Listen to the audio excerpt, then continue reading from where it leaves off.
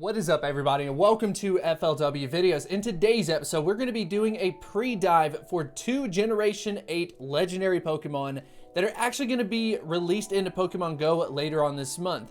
Now, if you're not familiar with Generation 8, then this series is perfect for you. We're going to be taking a look at these Pokemon, talking about their typing, their stats, and then of course speculating on the moveset. But ultimately what happens is Niantic is in control of what moves they end up selecting out of the Pokemon's move pool. So once that ends up getting finalized, you can bet I will perform a deep dive on both of these Pokemon actually separately. But anyways, if you do enjoy this type of content, make sure to hit that subscribe button and turn that like button shiny. But without further ado, let's go ahead and get into the video.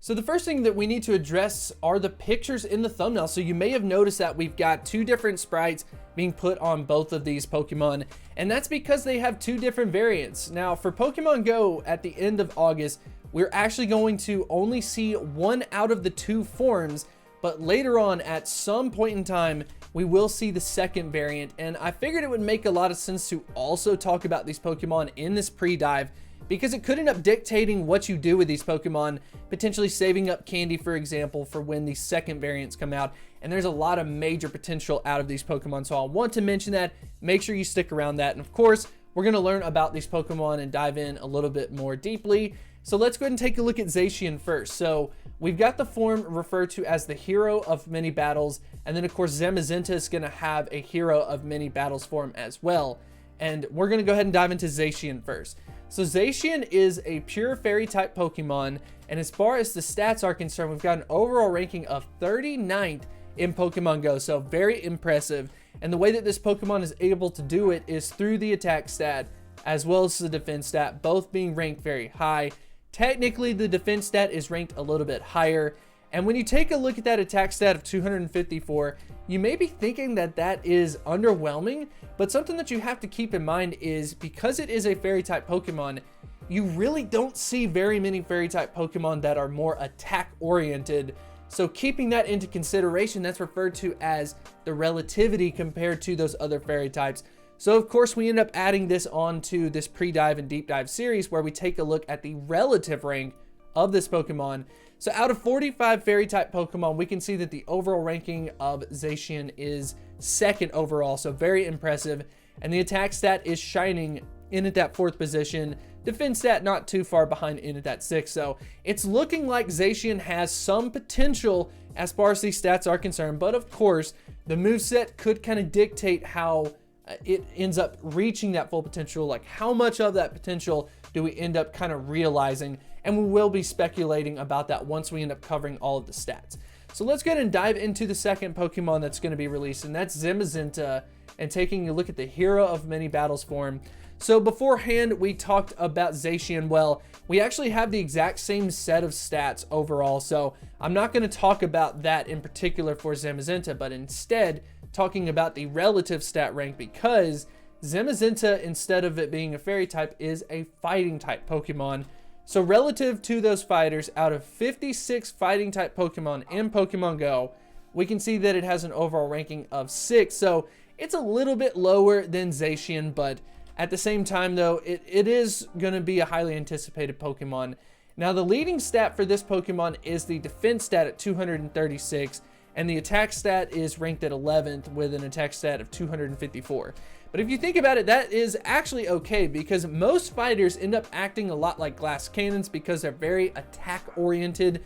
But this Pokemon in particular is a little bit more defense oriented. And when we get into the second forms, the theme is going to end up making a lot of sense. But I think this Pokemon kind of will have a niche position where it ends up being more of a beefy option, similar to something like Hariyama, if you're looking for a relative kind of comparison. So let's go ahead and dive into those second forms that we're talking about, because they really do have a lot of major potential, and I think it is worth talking about. So up first, we've got Zacian and the form referred to as the Crowned Sword, which is really cool. So sword being more attack oriented, and then maybe you're guessing it if you're following along with the theme. We've got Zamazenta, that's actually going to be the Crowned Shield form, And in this particular case, with the shield being in mind, it's going to be more defense oriented. I really think that that is cool how they ended up kind of incorporating sword and shield into these Pokemon variants. So if we go ahead and take a look as far as the overall stats are concerned for Zacian, the Crown Sword, oh my gosh, the attack stat of 331, that is so impressive and so exciting. And we also get a good defense stat out of this as well. And then of course, if we take a look at the level 51 Buddy Boost, 5,680 CP, Zacian Crown Sword is going to be incredible. Such major potential out of this Pokemon. And then of course, if we head over to the relative ranking side of this, we can see that it's ranked number 1 compared to other fairy type Pokemon. And then compared to the steel types, it ends up getting an overall ranking of 2nd. So Zacian Crown Sword, you're impressive. But let's go ahead and take a look at the flip side of this equation. Now I know in Pokemon Go, attack ends up meaning a lot more than some other stats. So Zacian is definitely kind of like the clickbait of this video for sure when you're taking a look at that CP. And then of course, if we move over to Zamazenta and take a look at this Crown Shield form, we can see that it has an overall stat ranking of 30th in Pokemon Go. And the attack stat is unfortunately not as impressive. We have an attack stat of 249. What is impressive is that defense stat jumping up to 292, being ranked at 9th in Pokemon Go. So at least in my opinion, people are probably going to be more excited about Zacian, but ultimately what's going to happen is it really depends upon the moveset and which of these Pokemon is going to reach as close to its maximum potential as it can. But if we take a look at the relative rankings for the fighters, it's ranked at 6 overall. And then for the steel types, it ends up being 2nd ranked overall. So at least in my opinion, Zacian's looking a little bit more fun, especially if you were interested in the raid side of it. Maybe Zamazenta ends up having more play on the PvP side. And it's not these Pokemon's fault. It's just in Pokemon Go, attack ends up being prioritized a little bit more from the raid side and just kind of how that CP formula ends up working. But now that we've covered these Pokemon here, I think that what makes sense now to do is to just take a look at the actual moveset of these Pokemon and try to learn a little bit more about them to see what could potentially end up coming. So let's go ahead and jump over to Bulbapedia and we can take a look at this. So first things first, we're going to take a look at Zacian. And because it is a fairy type and then also picks up steel in the future at some point in time, once we get the 2nd variant of it, we can take a look at those steel and fairy type moves. So the first fairy type move that we have in Pokemon Go that we can take a look at is Moonblast. So Moonblast, not that great from the raid side, but is good from the PvP side. And then for other steel type moves, we have Metal Claw. That's not that great of a move. And then we also have Iron Head. That is not that great of a move. So Moonblast looking okay from the PvP side. Raid side, we're not really seeing anything that's going to end up being too helpful.